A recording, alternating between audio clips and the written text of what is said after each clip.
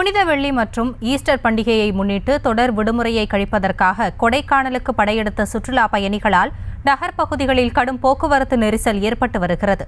சுமார் 2 கிலோமீட்டர் தூரத்திற்கு வாகனங்கள் அணிவகுத்து ஊர்ந்தபடி செல்கின்றன. இதுகுறித்த கூடுதல் விவரங்களோடு இணைகிறார் எமது செய்தியாளர் குறிஞ்சிவேல். வணக்கம், விவரங்களை வழங்கலாம்.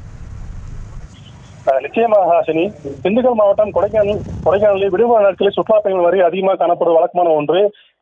இந்த நிலையில் புனித வெள்ளி மற்றும் ஈஸ்டர் வார விடுமுறை முன்னிட்டு இன்று தமிழகம் மட்டும் இல்லாமல் கேரளா, ஆந்திரா, கர்நாடகா உள்ளிட்ட சுற்றுலா பயணிகளின் வரை அதிகமாக காணப்பட்டது.